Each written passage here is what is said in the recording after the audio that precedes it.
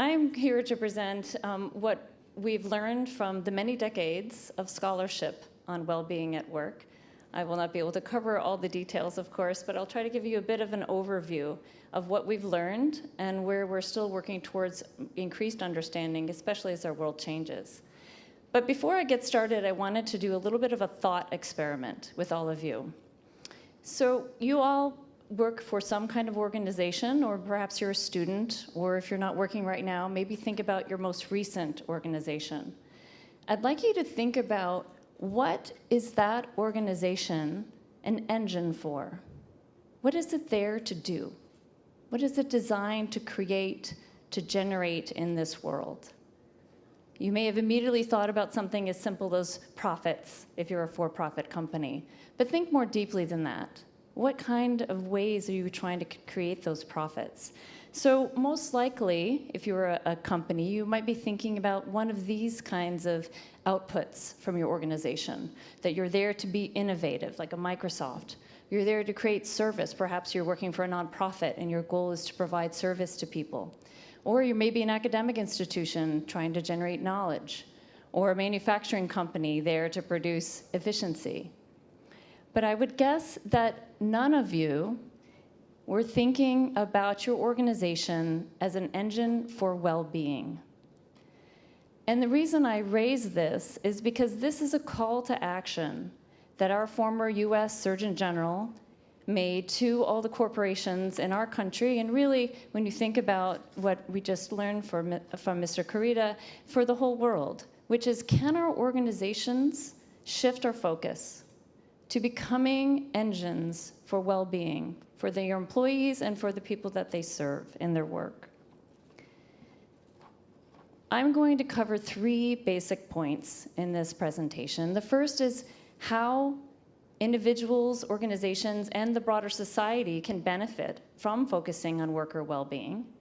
2, why now is the time.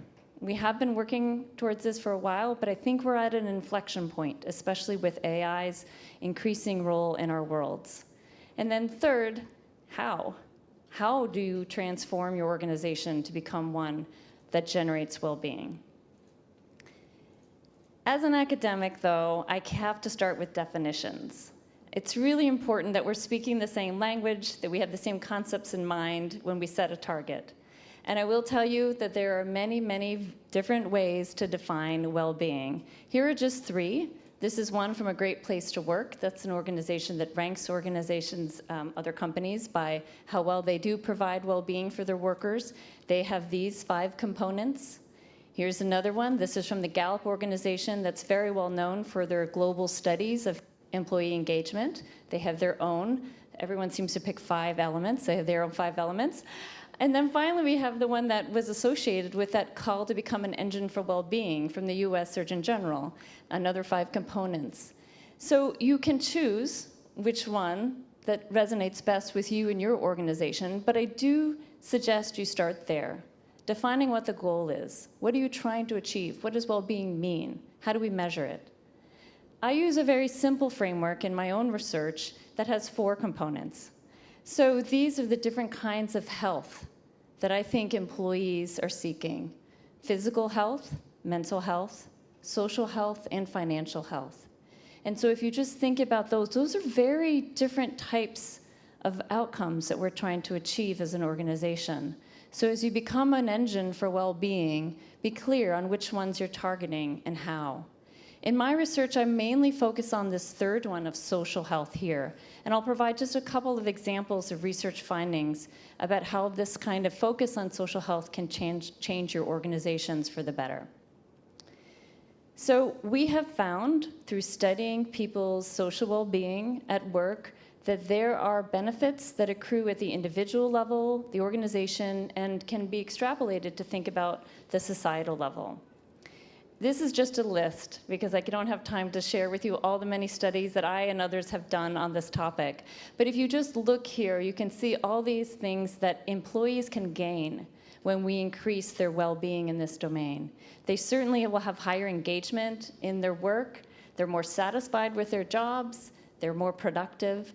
They're also more innovative and creative. as well as we will see them staying in those jobs longer, less likelihood of quitting, and also they'll be able to stay in the workforce longer. And I know one of the things we'll be talking about today is how do you manage a population that is prospering and thriving to many later years in life these days? How do you keep those older workers also engaged and doing well?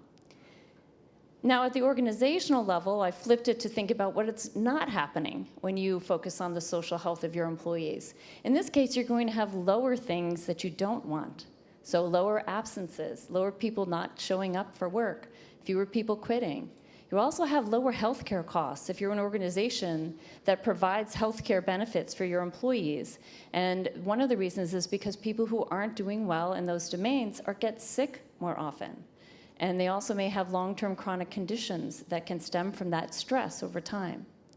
In addition, you'll just have less inefficiency in your workflow because people will be more engaged and more focused and productive.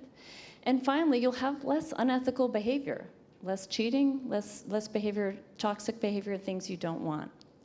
So as we think about that, if we create well-being at the individual level, we as humans benefit, our organizations benefit, and then that can be transferred to the entire society in thinking about human flourishing globally as well as within your individual countries. And that can lead to prosperity economically as well as more stability in the way the work is run as well as societies are governed.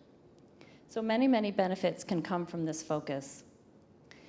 As an example, just for some data to share with you, I have a recent study we've been conducting looking at people who are feeling well connected to their other fellow employees. And we see here that those people who are highly connected have 41% higher job satisfaction, which is a major difference, as well as 46% fewer thoughts of quitting. So they're more likely to stay at your organization. In fact, over the years, I've studied many aspects of job satisfaction, and the social connections tend to be the highest predictors of success. Another thing that I wanted to raise, though, is that we're not really achieving this level of well-being, particularly in terms of social connection, as well as I think we could do. So Gallup does do this annual survey I mentioned. In their most recent 2025 report, they said that 22% of the people that they surveyed, and they surveyed over 200,000 people around the world, reported they felt significantly lonely the day before. So when you think about that, that is 1 in 5. So in this room, there are many of you, statistically, who might have said yes to that question on the survey. So that's a big number, and we should work on reducing it. Now, why is this the time to really get serious about creating engines for well-being? It's because the world is changing fast, and we have an opportunity with AI, as Mr. Sam was saying, to change the way work is designed, to increase the joy and reduce the toil.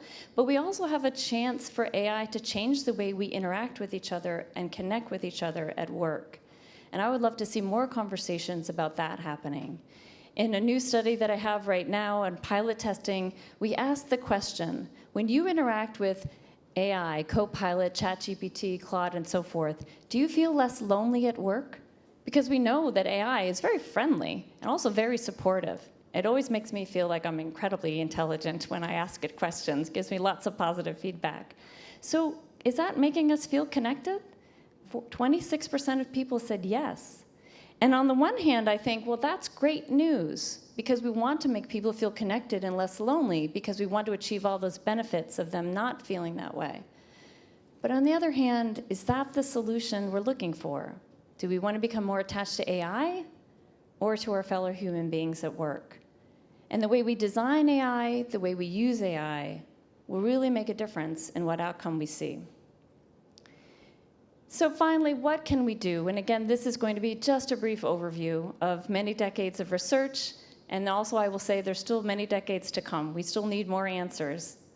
But at the individual level, what can each one of you do leaving this session today? You can think a little bit first about your own well-being. Build up your self-awareness to understand how are you doing across those 4 categories if you were to rate yourself. You can also think about how can you advocate for yourself at work if you're finding some decrements in certain areas or opportunities you see that are not being fulfilled. You can also become part of the solution. No one should wait for their manager or their leader to solve this for them. This needs active engagement for everyone, from everyone.